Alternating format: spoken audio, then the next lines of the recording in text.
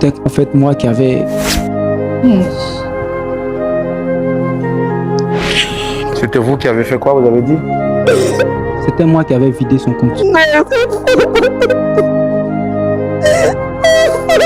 J'avais vidé son compte et après ça j'ai décidé...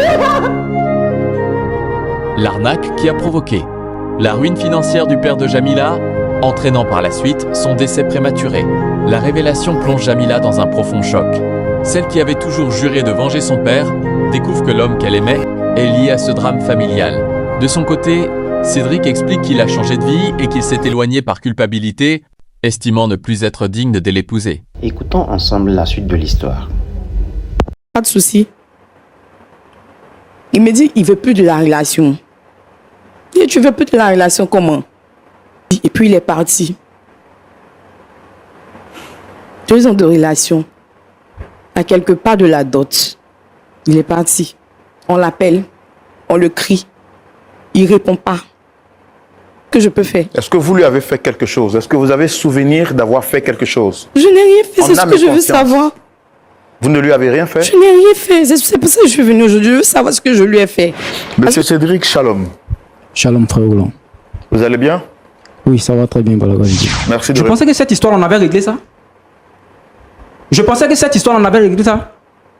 Tu as quel problème? C'est forcé de te marier? C'est forcé de t'épouser?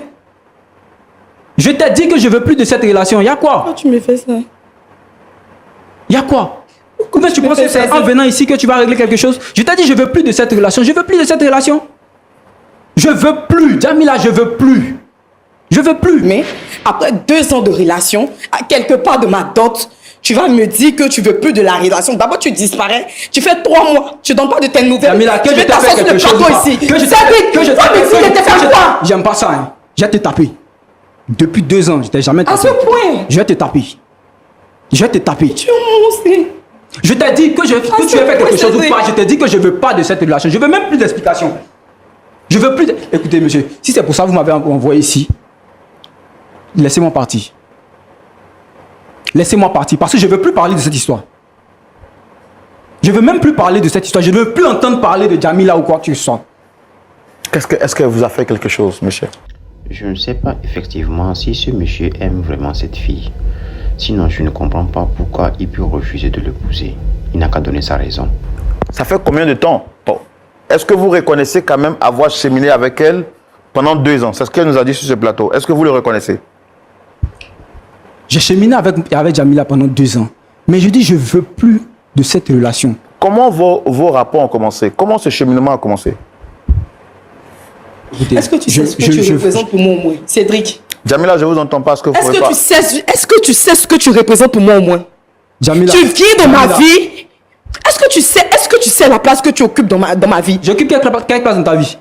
J'occupe quelle place dans ta vie? Cédric, tu sais pas que j'ai perdu mon papa? C'est moi qui ai tué ton père. Non, dis-moi, c'est moi qui ai... Dites-moi si c'est moi qui ai tué ton père. C'est moi qui ai tué ton papa. J'ai dit je veux plus de cette relation, tu me parles de ton papa. Mais tu es un monstre. Je n'ai jamais connu ton papa. C'est vrai que tu es un monstre. Oui, que je sois un monstre ou pas, je ne veux pas de cette relation. C'était quoi ton but en fait? C'était quoi ton but? Toi me dis, c'était de me détruire, c'est ça? Ton but là, c'était de me détruire? La réponse à une question n'est pas une question. Vous êtes marié? Non, je vous ai posé une question. Est-ce que vous êtes marié? Moi, je vous ai posé une question, vous ne m'avez pas répondu. Vous ne pouvez pas me poser d'autres questions. Tu ne m'appelles pas. Monsieur, tu ne m'appelles pas. Monsieur, je voudrais, s'il vous plaît, en toute humilité, si ma posture ou bien c'est elle qui est venue vers vous, oui ou non? C'est moi qui suis allé vers elle. D'accord. Maintenant, expliquez-moi comment ça s'est passé et pourquoi on en arrive là. C'est tout ce que je vous demande, monsieur. Ok. J'ai connu Jamila à l'église. Oui, je sais ça. D'accord. Et elle nous a dit sur ce plateau que quand son père est décédé, c'est lui qui a réussi à redonner goût à la vie. Après le décès de son père, c'était vous. Et elle a accordé dans son cœur, elle vous a accordé une grande place. Puisque vous n'étiez pas seulement qu'un futur mari, vous étiez un frère, vous étiez un père, et vous étiez aussi un cheminant. Soudainement et brusquement, vous lui dites que vous ne voulez plus de la relation. Du coup, ça réveille les souvenirs du décès de son père. Elle vient sur ce plateau pour comprendre. Elle est prête même à s'humilier et demander pardon si elle vous a choqué ou elle vous a offusqué. Maintenant, moi, je voudrais vous poser une question en tant que frère C'est vrai que vous m'avez crié là-dessus, mais ça, ce n'est pas un problème. Nous, on est habitués à ça. C'est notre travail et on le fait depuis longtemps. Je voudrais vous poser une question en âme et conscience. Mon frère, Cédric, je me permets de vous appeler frère parce que j'estime que vous êtes un frère pour moi. Est-ce qu'en dehors de tout ce que vous êtes en train de nous dire sur ce plateau, est-ce qu'il y a d'autres choses? Vous dites que vous ne l'aimez plus. Ça veut dire que vous l'avez une fois aimé. Est-ce qu'il y a d'autres choses qui a pu militer à ce changement soudain et brusque qui fait que vous mettez Djamila dans une situation inconfortable?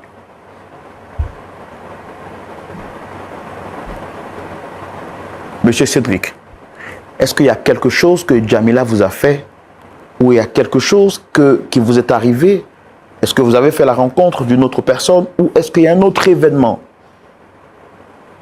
que personne ne sait ou bien que vous n'avez pas dit qui peut justifier cet acte, qui blesse Djamila?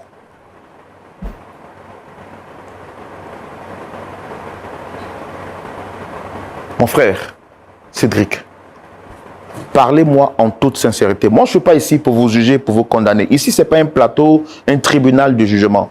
C'est une maison qui aide, c'est un plateau qui aide des personnes. Et quand je vous vois, quand je vous entends parler, je sens qu'il y a quelque chose que peut-être vous n'avez pas le courage de dire, mais je ne crois pas que vous me dites, quand vous me dites que vous n'aimez plus Djamila. Ce n'est pas possible. On fait ce travail par expérience et je sais qu'il y a forcément quelque chose que vous voulez dire. Exactement, ce jeune homme a un secret qu'il cache. Il cache depuis plusieurs années, mais il va le dire quand même. Dites-moi, est-ce qu'il y a quelque chose que je ne sais pas? Monsieur, parlez-moi.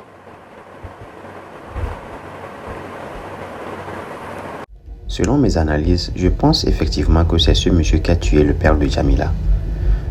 Oui, c'est l'auteur de la mort du papa de Djamila. Dites-moi. Je veux juste arrêter la relation. Et je pense que c'est avantageux pour elle. Je n'ai pas entendu ce que vous dites dans le micro. Essayez de parler, s'il vous plaît. Je veux juste arrêter la relation. Et je pense que c'est avantageux pour elle. Qu'est-ce qui serait avantageux pour elle? Quand on prend une décision, qu'on dit que cette décision est avantageuse pour quelqu'un d'autre, c'est parce qu'on a mesuré les pour et les contre sur la base d'une décision qu'on a vue ou la base d'un constat qu'on a fait. Qu'est-ce que vous avez constaté pour décider finalement que cette décision serait avantageuse pour elle?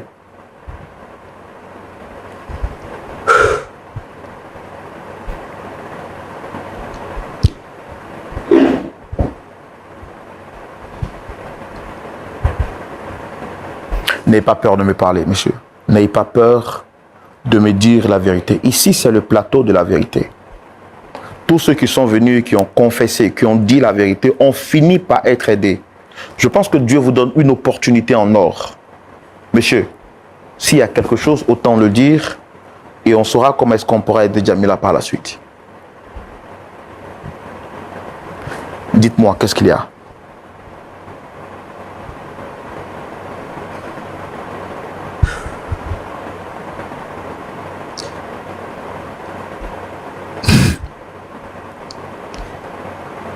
Frère Roland, je pense que tout ça c'est Dieu. Je ne sais pas comment vous arrivez à faire parler les gens. Peut-être quelqu'un d'autre pourrait vous condamner, mais moi ici, il est pasteur avec moi, nous sommes là pour vous aider. Parlez et dites-moi, qu'est-ce qu'il y a? En fait, moi Cédric, je ne suis pas issu d'une famille riche. Et mes parents se battaient chaque année pour me scolariser. Et c'est comme ça, vu la souffrance de mes parents, j'ai un groupe d'amis qui m'ont montré quelque chose. Et j'ai voulu essayer cette chose-là. C'était quoi cette chose? Ils m'ont appris à arnaquer les gens sur Internet. Ils vous ont appris à faire quoi? Ils m'ont appris à arnaquer les gens sur Internet. Le métier du hacking.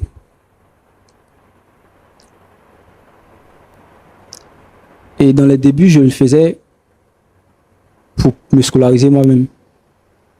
Mais arrivé un moment, c'est devenu mon quotidien. C'est-à-dire, je ne le faisais plus pour payer mes coûts. Je vous fais savoir ici que c'est ce monsieur qui a arnaqué le père de Jamila. Suite à ça, le monsieur est mort. Il va l'avouer. Et c'est comme ça, j'ai décidé de donner ma vie à Jésus. Lors d'un programme un jour, parce que on avait fait un gros coup, après lequel j'ai pas eu la conscience tranquille. Et moi j'ai décidé d'arrêter tout. Et c'est comme ça, le jour d'une croisade, le pasteur a prié, il a prêché, et j'ai décidé de donner ma vie à Jésus. Pendant cette croisade, le pasteur a prié pour nous. Et effectivement, j'ai commencé à servir à l'église. Et c'est Jamila qui était avec moi, elle me suivait, on priait ensemble. On commençait à servir. Et elle et moi, on avait des temps de prière. Elle m'encadrait très bien. Et c'est comme ça, une fois, j'ai décidé de lui dire que je veux marcher avec elle. Quand je lui ai dit que je voulais marcher avec elle, elle a refusé. Elle m'a dit que je suis nouveau chrétien et que mon but premier, c'était d'avoir Jésus dans ma vie. Et que je n'étais pas là pour le mariage. Et je lui ai fait comprendre que j'étais prêt à tout pour la marier. Et elle m'a dit, si c'est comme ça, moi d'aller voir le pasteur. Et effectivement, c'est ce que je voulais. Donc je suis allé voir le pasteur. Le pasteur m'a dit, il n'y a pas de problème, donc on va vous suivre et on va vous encadrer jusqu'au mariage. On allait voir, les parents me connaissent et tout. Une fois, un dimanche à l'église, le pasteur était en train de prêcher. Il a lancé un appel. Il a donné un message vraiment touchant qui parlait du pardon et de la confession. Parlez un peu plus fort. Là, et de la confession. Oui, donc le pasteur a donné un message qui parlait de quoi? Qui parlait du pardon et puis en même temps de la confession. Donc, moi j'étais là. Là, je ne me suis pas levé, je ne suis pas allé me confesser, je ne sais pas de truc. Mais Jamila s'est levée et elle est allée se confesser. Et là, elle a dit que son papa avait été arnaqué. Et on l'avait arnaqué d'une grosse somme. Et ce qui lui avait donné la mort. Et son papa lui avait laissé une lettre pour dire qu'elle devait le venger. Elle devait le venger. Et c'est là que je me suis rappelé. Quand elle décrit, je me suis rappelé que c'était en fait moi qui l'avais arnaqué. C'était en fait moi qui avait...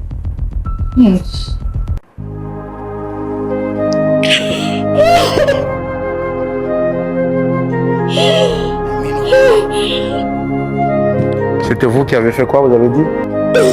C'était moi qui avais vidé son compte. J'avais vidé son compte et après ça, j'ai décidé de sortir de là. C'est pour ça que le programme... Attends, Jamila, pardon. Pardon, Jamila, pardon. Pardon, Jamila, pardon. Il faut la calmer, pardon, Jamila, pardon. S'il te plaît, calme-toi, s'il te plaît, Jamila. Désolé, Jamila.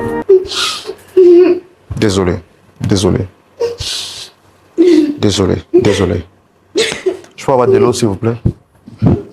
Désolé, s'il te plaît, calme-toi. Désolé.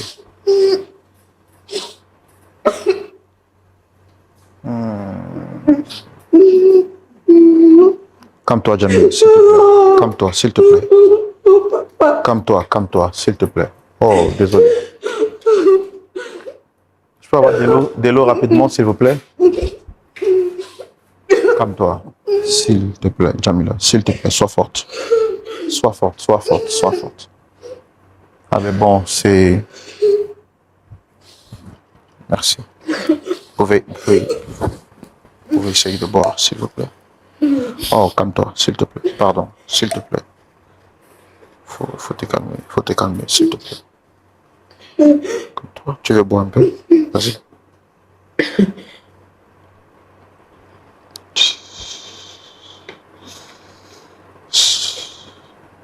Waouh. Calme-toi, s'il te plaît. Je ne peux pas supporter ça là. Je peux partir. Oh. Je peux partir, c'est bon. D'accord, d'accord. Je ne peux pas m'asseoir ici. Pardon. Tu vas rentrer tout à l'heure. Je ne peux pas m'asseoir ici, je ne peux pas. Tu vas rentrer. Non. Waouh.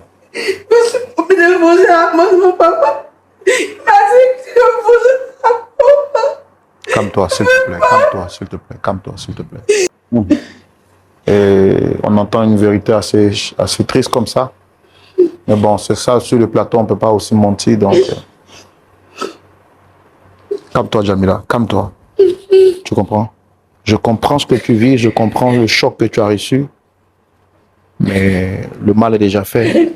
Et là, ce qu'il nous faut, c'est de t'aider par la prière. Sois forte. Tu veux bien qu'on écoute les pasteurs et prier pour toi? Tu me promets de rester calme?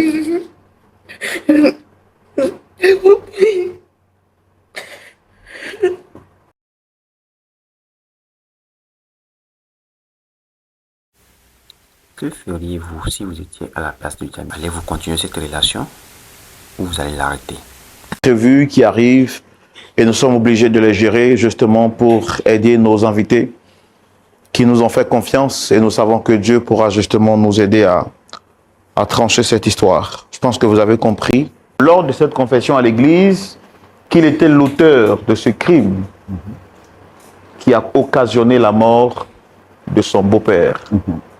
Fallait-il continuer dans cette relation sachant qu'il était celui qui a arqué son père et qui a conduit à sa mort, ou dire la vérité et être jugé? Par peur d'être jugé, il a décidé donc de garder la vérité pour lui et de s'enfuir.